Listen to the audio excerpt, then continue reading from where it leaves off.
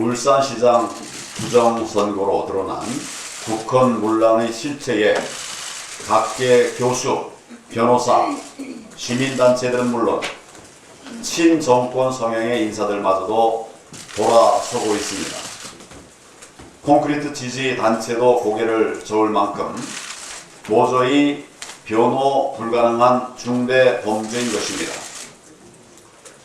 전임 비서실장과 민정비서관에 대한 기소 여부를 총선 이후에 결정하겠다고 하는 검찰, 이 정권의 압박에 위축된 것입니까?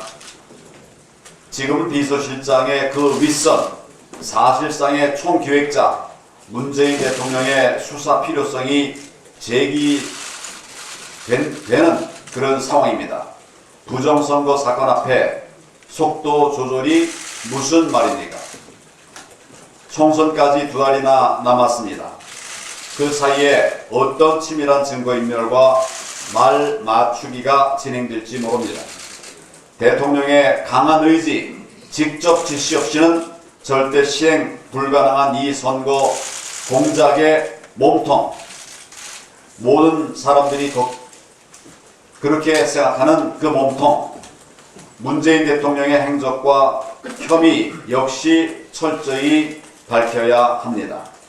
그런데 이제 검찰의 수사, 기소 분리까지 검토하겠다고 하니 측근 비리 은폐를 위해 못할 것이 없는 정권입니다. 이대로 부정선거 사건 실체 규명의 골든타임을 놓쳐서는 절대 안 됩니다. 문 대통령의 침묵은 묵시적인 혐의 인정입니다. 대통령 퇴진 시위 요구가 있으면 광장에 나와서 직접 소통하고 설득하겠다고 한 약속을 기억하십시오. 그런데 지금은 남은 임기 동안 철저히 모르쇠로 버티면서 공수 앞세워서 수사 흔적을 지우겠다고 하는 속셈입니까? 다시 한번 촉구합니다.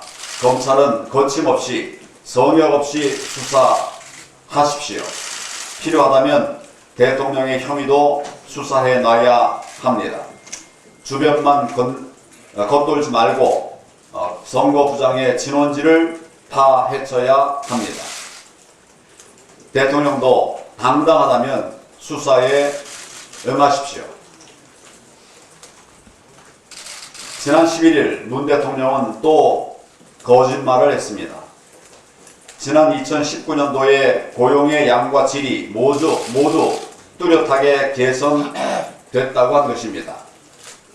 대통령이 늘어났다고 말하는 그 고용량은 혈세로 부풀려낸 금세 꺼질 거품에 불과합니다. 초단시간 불안정 일자리만 대폭 늘어나고 양질의 안정적 일자리는 줄었습니다. 3040 세대는 고용 절벽에 시달리고 있습니다.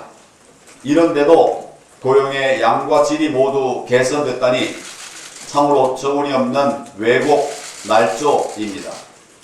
게다가 지난해 국세는 1조 3천억 원이 덜 거쳐서 5년 만에 세수 결손이 발생했습니다. 특히 법인세가 7조 원 넘게 덜 거친 사실은 이 정권 반기업 정책의 초라한 실상을 그대로 보여줍니다. 이 잔영한 고용 실패, 경제 실패에도 불구하고 문 대통령은 또 공공 부분이 민간 일자리 확대의 마중물이 되어야 한다고 말했습니다. 무분별한 공공부문 팽창은 마중물이 아니라 우리 경제의 건강만 망치는 잘못된 방책이 될 뿐입니다. 문재인 대통령께 촉구합니다. 지속 불가능한 혈세 의존형 정책을 즉각 멈추십시오. 기업의 투자, 고용 의지를 이끌어내기 위한 규제개혁, 그리고 시장 활성화에 나서십시오. 고용 연장, 그렇게 즉흥적으로 다룰 만큼 간단한 이슈가 아닙니다. 충분한 사회적 논의와 정책 설계도 없이 총선 표심만 보고 정책을 남발하지 마십시오.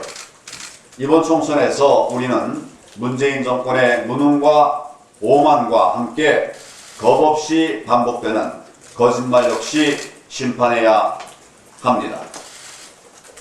국민을 속이는 권력은 반드시 국민에 의해 무너진다고 하는 그 진리를 총선 승리로 똑똑히 알려줘야 할 것입니다.